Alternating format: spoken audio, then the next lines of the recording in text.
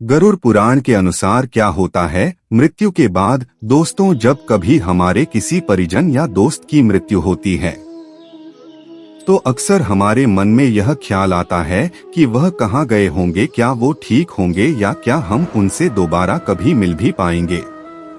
दोस्तों, हमारे हिंदू धर्म में जब किसी की मृत्यु होती है तो उसके शव को जला दिया जाता है, अर्थात उसका अंतिम संस्कार कर दिया जाता है। लेकिन क्या कभी आपने सोचा है कि अंतिम संस्कार के बाद अर्थात शव के जलने के बाद उस मृत आत्मा के साथ क्या होता होगा और वह कहां जाती होगी। अगर आप भी इसके पीछे का रहस्य जानना चाहते हैं तो इस वीडियो को अंत तक जरूर देखिए। नमस्कार दोस्तों, आपका स्वागत है। हिंदू पुराण भी में आपसे विनती है, हमारे चैनल को सब्सक्राइब कर लीजिए और कमेंट में जय श्री हरि विष्णु लिखकर परमात्मा को अपना आभार व्यक्त कीजिए।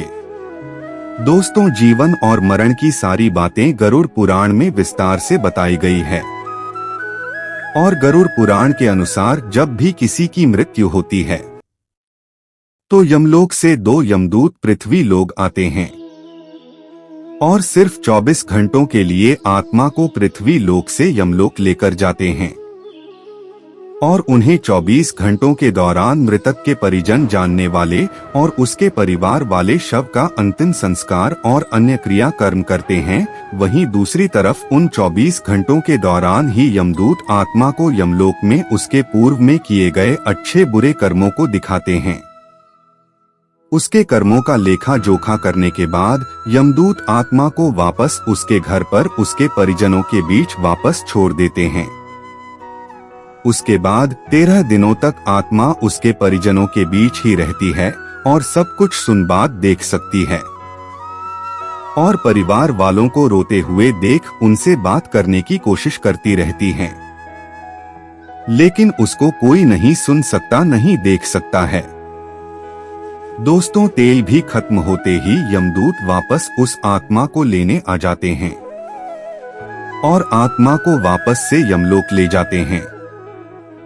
यमलोक के रास्ते आत्मा को 3 अलग अलग मार्ग दिखाए जाते हैं। अब उस आत्मा है इस मार्ग में जाना है, वह उसके द्वारा पृथ्वी में किए गए कर्मों पर ही निर्धारित होता है। आपको बता दें कि इन मार्ग से पहले यमलोक के रास्ते आत्मा को कई प्रकार की बाधाओं का सामना भी करना पड़ता है, जिनमें से ही एक है वैतरणी नदी। गरुड़ पुराण में बताया गया है कि पुण्य आत्मा तो इस नदी को बड़ी ही आसानी से पार कर लेती है, लेकिन तापी आत्मा इस नदी में जाते ही बुरी तरह प्रताड़ित होती है। भगवान विष्णु गरुड़ को बताते हैं कि इस नदी का रक्त रूपी जल कीटाणु कीड़ों और साथ ही घड़ियाल मगरमच्छ और ऐसे ही मांस भक्षी जीवों से भरा रहता है। फिर नदी में जैसे ही पापी आत्मा का प्रवेश होता है वह 12 सूर्य की गर्मी के बराबर तापमान में तपने लगती है।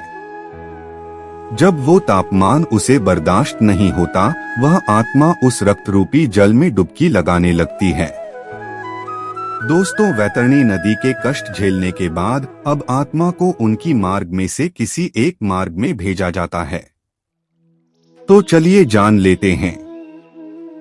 पहला मार्ग बत्ती विनाश मार्ग यानी नरक लोक की यात्रा। दोस्तों, जो मनुष्य अपने जीवन में बुरे कर्म करते हैं, जो सिर्फ खुद के बारे में ही सोचते हैं और पाप व पुण्य में फर्क नहीं समझ पाते, उन्हें नरक लोक जाना पड़ता है।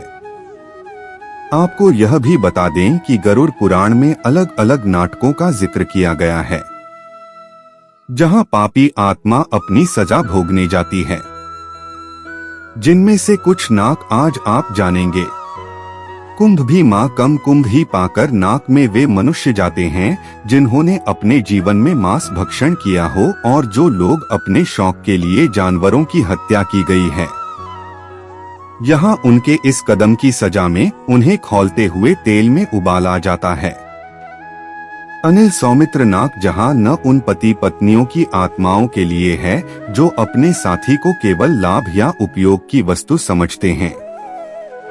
इस नर्क में उनकी आत्माओं को गर्म डंडे से मारा जाता है। यह बहुत ही तेज गति से चलता है। टॉमी श्रम न इस नर्क में उन्हें जगह मिलती है जिन्होंने अपने जीवन में दूसरों की संपत्ति हड़पी होती है या जो दूसरों की वस्तुओं में नजर रखते हैं। यहाँ पर उन्हें तब तक मारा जाता है जब तक वे बेहोश न हो जाएं। दोबारा होश आने पर फिर दोबारा उन्हें ऐसे ही माना जाता है।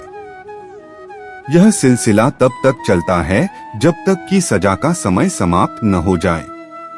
दूसरा मार्ग होता है धूम मार्ग, जिसे पितृलोक का मार्ग भी कहते हैं। दोस्तों, पितृलोक एक तरह से वेटिंग रूम के जैसे होता है। जब किसी आत्मा को उसके कर्मों के अनुसार स्वर्ग या नरक दोनों ही नहीं मिलता है तो उस आत्मा का वापस धरती पर जन्म होता है। लेकिन जब तक उसके द्वारा किए गए कर्मों के अनुसार उसके माता पिता को चुना जाता है, तब तक उस आत्मा को पितृलोक में इंतजार करना होता है। फिर सही समय आते ही उसका दूसरे शरीर में जन्म हो जाता है।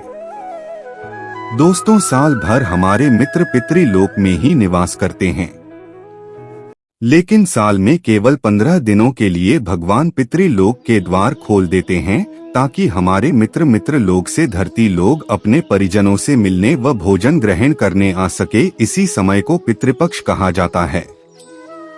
अगला मार्ग है रफी मार्ग यानी स्वर्ग लोक की यात्रा। दोस्तों, जो लोग अपने जीवन में अच्छे कर्म करते हैं, दूसरों की भलाई का सोचते हैं, भगवान की भक्ति में लीन रहते हैं, उन्हें स्वर्ग लोक मिलता है। ऐसे में खुद यमराज आत्मा को स्वर्ग तक लेकर आते हैं।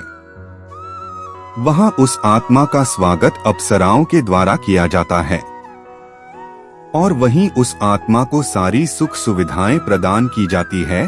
तो दोस्तों, आज की ये जानकारी आपको कैसी लगी हमें कमेंट करके जरूर बताएं। चलिए अब अगली वीडियो में मिलते हैं।